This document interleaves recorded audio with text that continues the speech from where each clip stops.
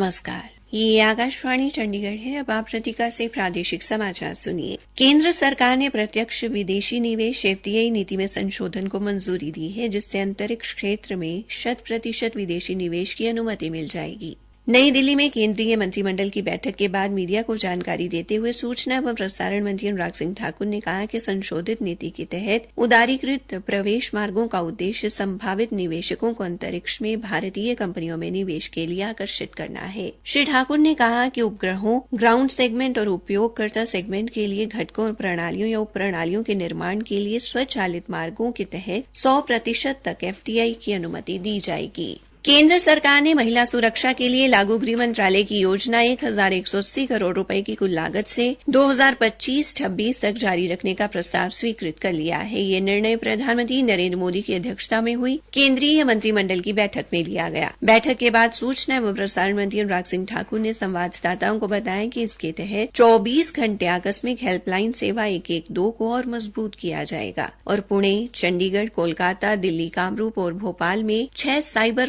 Forensic विज्ञान प्रयोगशालाएं स्थापित की जाएंगी। उन्होंने बताया कि देश के 13,557 पुलिस थानों में महिला हेल्प डेस्क और 827 मानव तस्करी रोधी इकाइयां स्थापित की गई हैं। शेष 3,329 पुलिस थानों में भी महिला हेल्प डेस्क स्थापित किए जाएंगे। इसके अलावा प्रतिवर्ष 5,000 पुलिस कर्मियों को महिलाओं और बच्चों के खिलाफ अपराध की रोकथाम के लिए प्रशिक्षित किया जाएगा। अखिल भारतीय किसान समन्वय समिति के अध्यक्ष एवं भारतीय किसान यूनियन मान के राष्ट्रीय अध्यक्ष भूपिंदर सिंह मान और गुरदासपुर से यूनियन के अध्यक्ष एवं बटाला सहकारी चीनी मिल के पूर्वाध्यक्ष सुखविंदर सिंह शेरपुर ने आज एक संयुक्त बयान में केंद्र सरकार द्वारा गन्ने के उचित व लाभकारी मूल्य 8% वृद्धि करते हुए 340 रुपए प्रति क्विंटल किए जाने की प्रशंसा की है। उल्लेखनीय है कि कल प्रधानमंत्री नरेंद्र मोदी की अध्यक्षता में आर्थिक मामलों पर मंत्रिमंडलीय समिति की बैठक में 2024-25 के अक्टूबर से सितंबर तक के सीजन के लिए गन्ने का भाव 315 रुपए से बढ़ाकर 340 रुपए प्रति क्विंटल किए जाने के प्रस्ताव को मंजूरी दी गई। उन्होंने कहा कि ये वृद्धि गत वर्ष की गई वृद्धि से काफी ज्यादा है।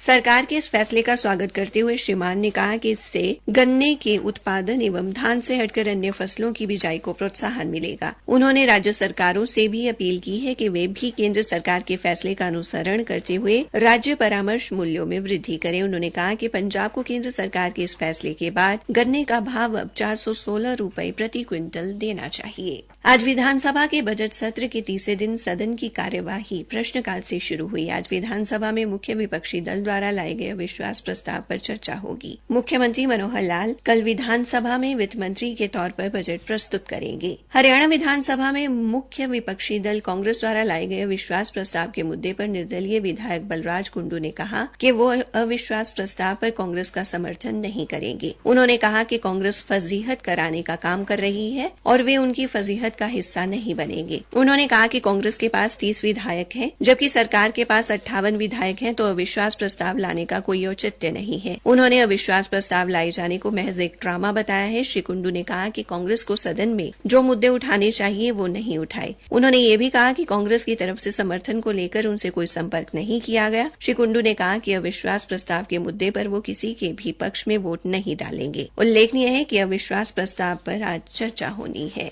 हरियाणा के उप मुख्यमंत्री दुष्यंत चौटाला ने कहा है कि समालखा के गांव नारायणा की सड़क पर पड़ने वाले रेलवे फाटक पर अंडरपास का निर्माण मई माह में शुरू होगा। प्रश्नकाल के दौरान एक विधायक के प्रश्न का उत्तर देते हुए उन्होंने कहा कि इस अंडरपास के निर्माण के लिए रेलवे की मंजूरी मिल चुकी है। उन्होंने कहा कि फिलहाल अन्य 3 सड़कों पर अंडरपास के निर्माण का कार्य चल रहा है। उन्होंने कहा कि अगर अभी इस अंडरपास का निर्माण कार्य शुरू किया गया तो राष्ट्रीय राजमार्ग पर आवाजाही बाधित होगी। इसी के साथ ये समाचार बुलेटिन समाप्त हुआ।